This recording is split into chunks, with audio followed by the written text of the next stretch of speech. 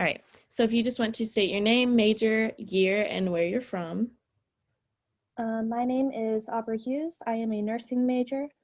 I am in my sophomore year, and I'm from Anderson.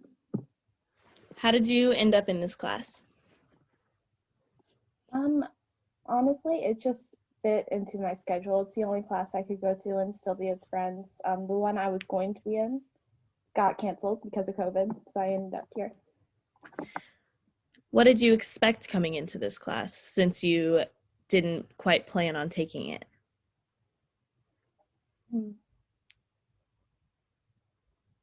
I expected that a lot of this would be mostly just trying to see the world from someone else's point of view who had a different experience, someone of color. That's mostly what it was. We also talked a lot about like white privilege and stuff like that, which I didn't really think about being part of it as we went into it. All right. What was your hometown or neighborhood like growing up? Well, like I said, I'm from Anderson, but for my entire like being in school and stuff like that, I went to Frankton Elementary School, and then after that, I went to Pendleton School District. So with that, despite being in a pretty diverse town, I didn't really have a whole lot of experience with diversity. Both schools were pretty much all white with a couple kids who were people of color or just, people of color. So did you ever really think about race when you were growing up? Not too much, though. To be honest, there was a lot of difference in how race was viewed in Frankton versus how it was in Pendleton. And I don't know if this was just part of growing up and noticing it more, but like in Frankton, I remember in my class that there was this one Latino kid, and I probably shouldn't say his name on here, though I don't think anyone would care, but no one really thought about it much. It was just, oh, you can speak another language, you look a little different, okay, cool. But we also all grew up together, and he was just part of our class. Right. Switching over to Pendleton, it was a little bit different. We had a couple kids. I don't think they were actually born in the United States. I think they transferred over from a school somewhere else. They had a bit of an accent. I want to say they were foreign exchange kids, but they were there for a while, and people would try to be their friends, try all these things, but it seemed more like a popularity thing than anything else, which was kind of, it wasn't a great way to address that, but a lot of kids just wanted the popularity of it. It was seen as a cool thing. There wasn't a lot of diversity there, so, they just thought it was cool. Right. It's very different. So did any of your teachers or your parents ever talk about race with you, and what were those conversations like?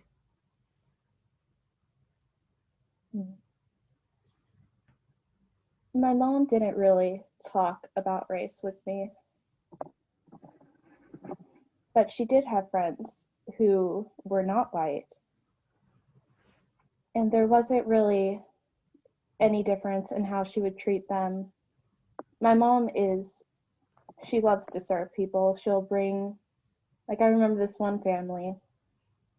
I had a friend briefly, I think I was around 12 before she moved away, and she was African American. My mom would, when she realized there were no groceries in her house because her mom was in a poor financial place at the time. My mom brought her groceries and stuff like that. She treated her just like she would treat any other person in that circumstance. I knew growing up that that's how it should be. You should just treat them like you would anyone else, and people are people. Mm-hmm.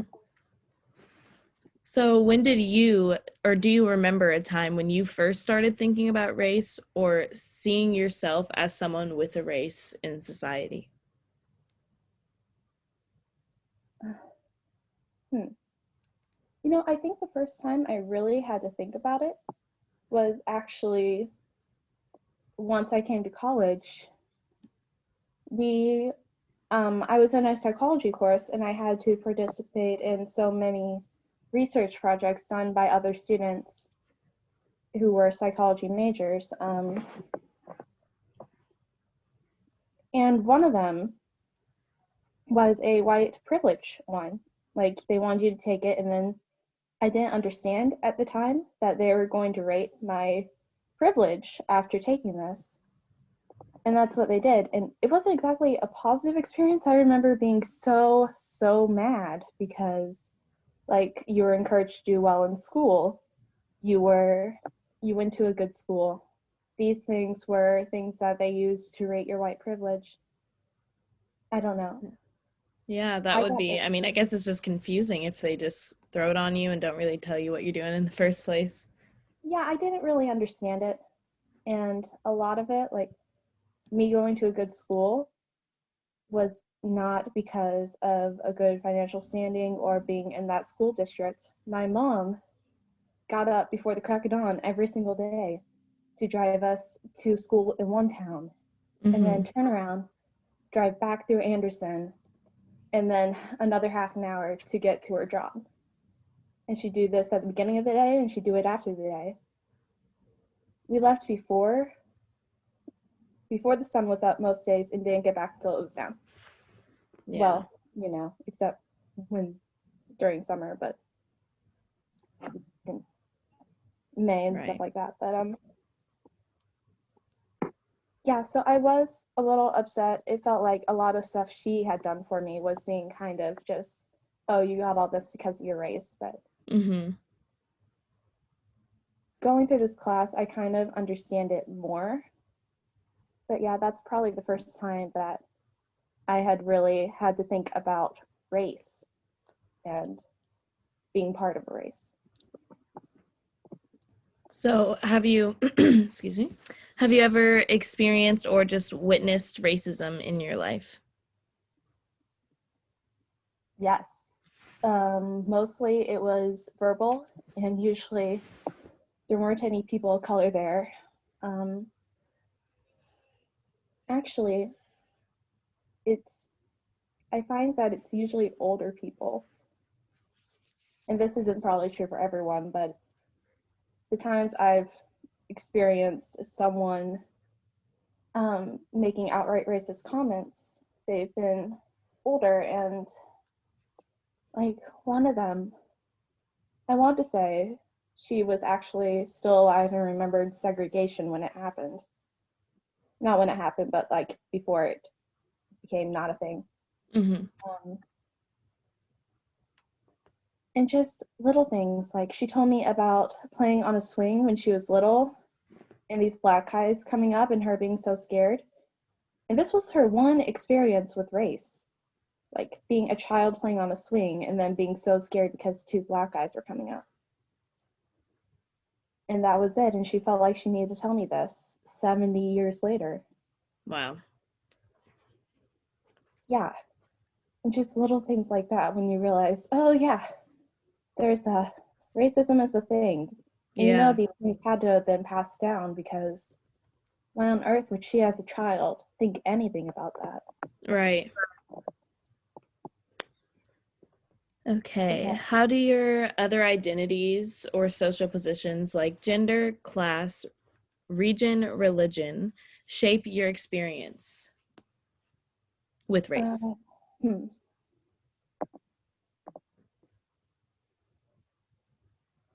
probably the easiest of these to talk about for me is religion. I'm LDS, and a lot of people, I don't know, they don't really. I've had some people get uncomfortable with my church or say things that, like, one girl when I was little told me my God is a goat. Just very, very strange ideas about our church. And just understanding that things that feel strange or look different from an outside point of view makes more sense for someone living it. Mm-hmm. And just you have to accept people from where they come from and who they are because you haven't lived that.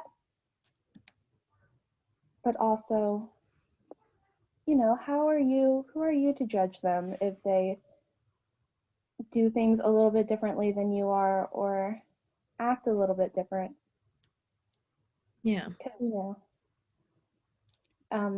there are some subcultures that kind of, there are subcultures in the United States, and some of them are pretty divided along racial lines. But it's not just being more accepting of others because you would want to be accepted for who you are too. Mm-hmm. Okay, one of the themes of the class has been that race structures our global society. It's not just something over here or over there or something that only affects otherized/racialized groups of people. We're all living in the system and we all have the capability to imagine and to help create something different, a more equal society. Where does your hometown fit into this system and where do you fit into this system? I'm sorry, could you repeat it one more time? Yeah. So basically, to sum it up, a theme in our class has been that race structures our global society, and we're all living in this system of race and racism, and we all have the capability to imagine and to help create something different and create a more equal society. So where in this racial system do you think your hometown fits, and where do you think you fit? Hmm. That's honestly a hard question to answer because my hometown is very much, like, despite it being my hometown, I'm not very involved in it. I've been to two Mm-hmm. different towns mostly.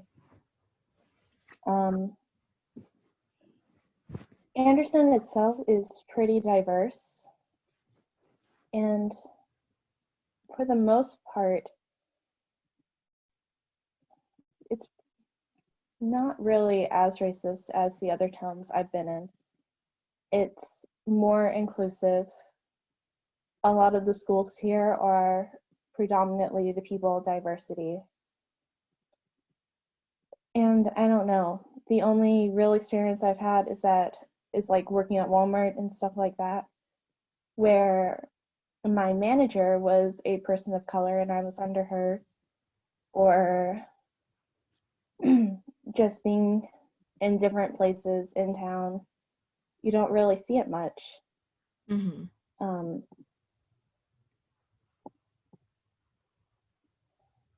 I probably had more experience with the other two towns, though. I don't know. Oh, where do you see, so going off of your hometown, where do you think you individually would fall in this system?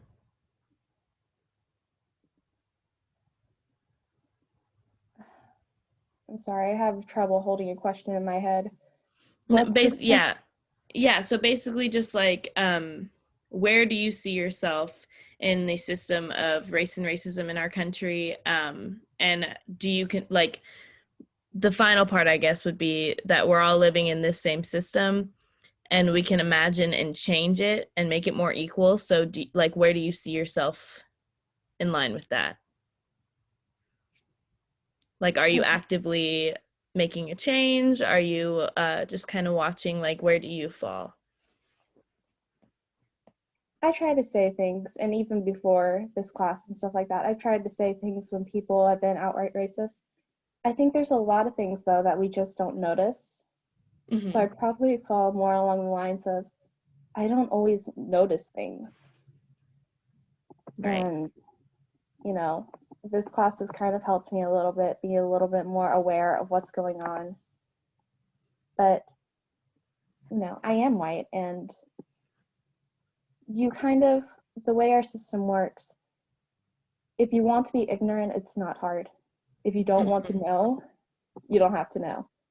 if you're white. It wouldn't necessarily be true for a person of color if they actually face discrimination on a daily basis. But I think having this class and being a little bit more educated about these things has helped me see them more and see how they work in our society. But as far as making a difference, I hope I can do more in the future.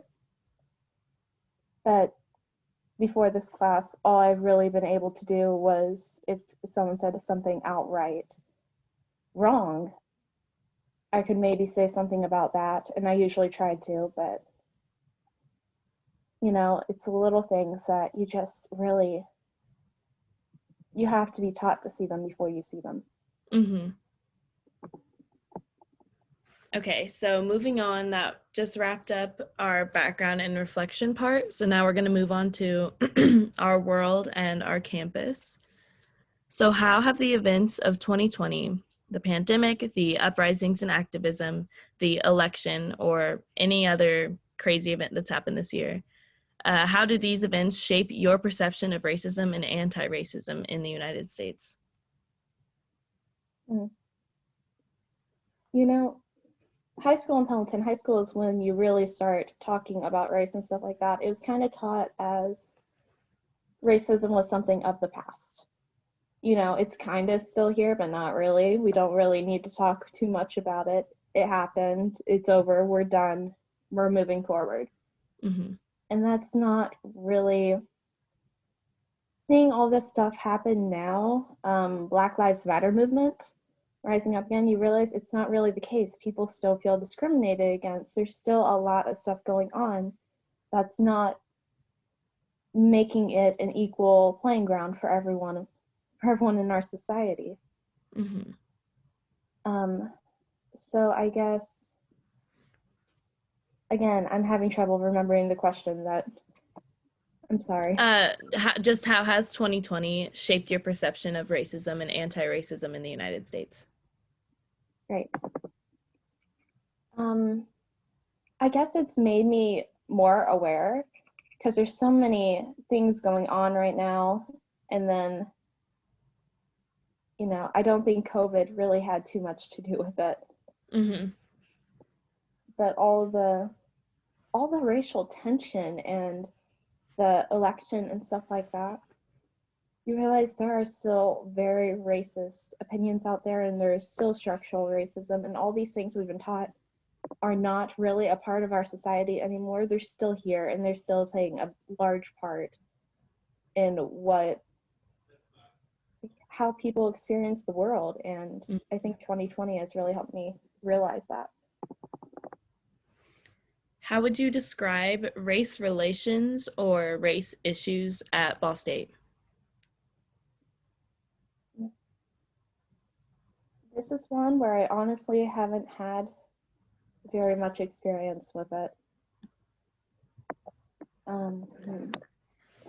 You know, we heard about that big thing last year with the kid Mufasa having the cops called on him because he wouldn't switch seats. Mm-hmm.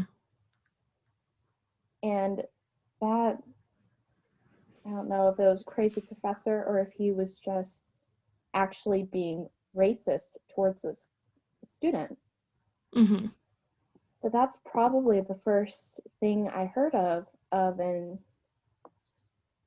someone being discriminatory towards someone of color, at least on campus. And then we had these Trump trucks come through and just were spurring racial slurs against people and stuff like that. Right. Yeah, I'm only hearing about the big things. I don't really have much Personal experience with it. Right. So because you don't have much experience, I think I might just skip the next question because it's kind of similar. So the final question for this section is, do you think Ball State does a good job creating a culture of belonging? If so, why? And if not, why? From what I've heard, no. I've heard a lot about not really a lot of students dropping out, students of color, because they didn't feel included. Mm-hmm.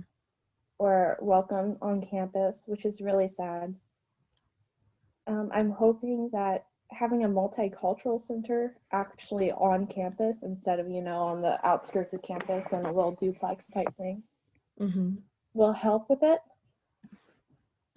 But honestly, I think a lot of it is us students needing to be more welcoming and also like, just more accepting of people in general. Okay, so going on to part 5, the class and the future. My first question for you is, what has this course meant for you personally? This course? Yes. I think it was kind of just an eye-opener for me. Just, there were so many things that I didn't really understand, I didn't really notice. For white privilege, it sounded absurd to me before this year that I got anything because I was white. Like there was anything that really benefited me. But I was also taught that racism wasn't really a thing anymore. Except, people, some racist ideals, but systematic racism, not really a thing. So understanding where people were coming from when they said white privilege, understanding why this movement was happening, and everything else going on in the world that at the time didn't really seem right. I didn't really understand it. It kind of just confused me. I think it's just really helped open my eyes to what our society is that we're living in, because I didn't really understand it before then. So what information that you've learned in this class will you be taking with you in the future? I think the biggest thing that I learned was what exactly systematic racism is and how it affects people, and just how much our society works to put some people down and to keep others ignorant. And I think moving forward in the future, I want to be more aware of, how some people are just not, how white privilege affects me and how people who don't have that privilege, how that changes different things for them,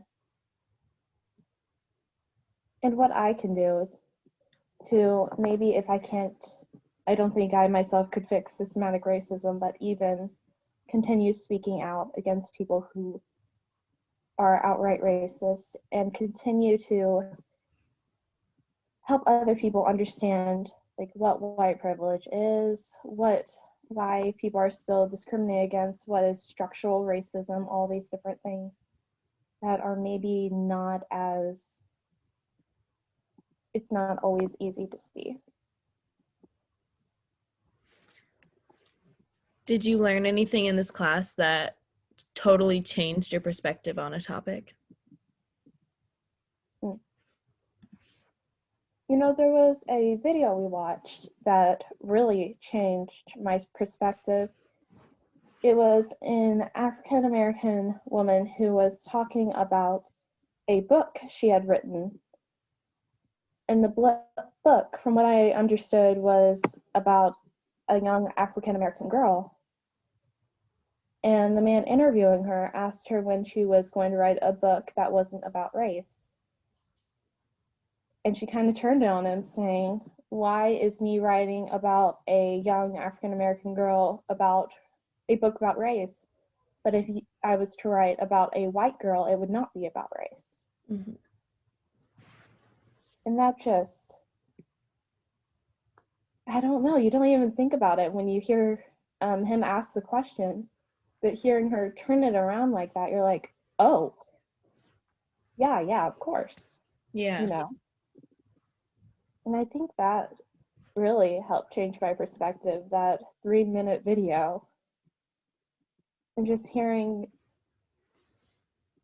people of color give their experience and open up to people about what exactly they face because of the way our society is built and because of the stereotypes and prejudice in it. That has really helped me understand what is going on in our society. So now, after finishing this course, what does it mean to you to be an anti-racist? I think being an anti-racist means not only sticking up for people when they need it and telling people not to make racist comments, but also trying to help those who just don't really understand it to understand it. And, you know, talking about what exactly white privilege is and all these different things that are kind of, it's difficult to understand unless you've taken a course like this, unless you've read different points of views from other people who've had different experiences. You know, not everyone will take the time to go and hunt down these resources that we have because of these books, but some people will be willing to listen to you talk about it for 10 minutes, and maybe that's not enough to change their opinion, but maybe it's enough that they're more open to the ideas. Mm-hmm. So where do you see, and you can go as broad with this as you want or keep it as local as you want, but where do you see either Ball State, Muncie, Indiana, or the United States in 10 years? Oh, goodness. It's hard to say. Honestly, I would love to see more inclusivity. I would love to see more attention, which Black Lives Matter is helping a lot with this, but more attention being brought to structural racism. Honestly, I could also see with Joe Biden being elected president, just kind of everyone's being like, woo, okay, folks, we're done. And just, you know, kind of not paying as much attention anymore, which would be sad, but that's kind of how our society operates. There's a crisis, and yes, lots of attention is brought to the subject, and then we like to move on before we actually do anything about it. You know, there's another big thing right over there that we can focus on. This thing has it's died down. And I hope that doesn't happen, but if I'm to be honest, that's typically how our society likes to operate. Mm-hmm. So where do you see yourself 10 years from now? And do you think you will remember anything from this course specifically? Absolutely, I think I do. I'm studying to be a nurse, so I'm going to be, you know, they even teach us in nursing school, we're going to see people of all walks of life. We're going to care for people of all walks of life. And I think this course has really helped me to check biases both in myself and to help me see them in others and know when I have to stand up, when I have to say something, because it's not them just being, oh, we have another priority over here that has to take priority. There can be racial biases in there that are skewing their judgment. So just being more aware, being more active towards those things, I think it's going to be very, very important for me as a nurse to make sure everyone gets the care that they need. Mm-hmm. All right, before we conclude the interview, is there anything else you would like to add? You know, honestly, I can't think of anything. Okay, well then that concludes our interview, and I want to thank you for your time and for answering all the questions I had for you. Thank you. Okay, so how do I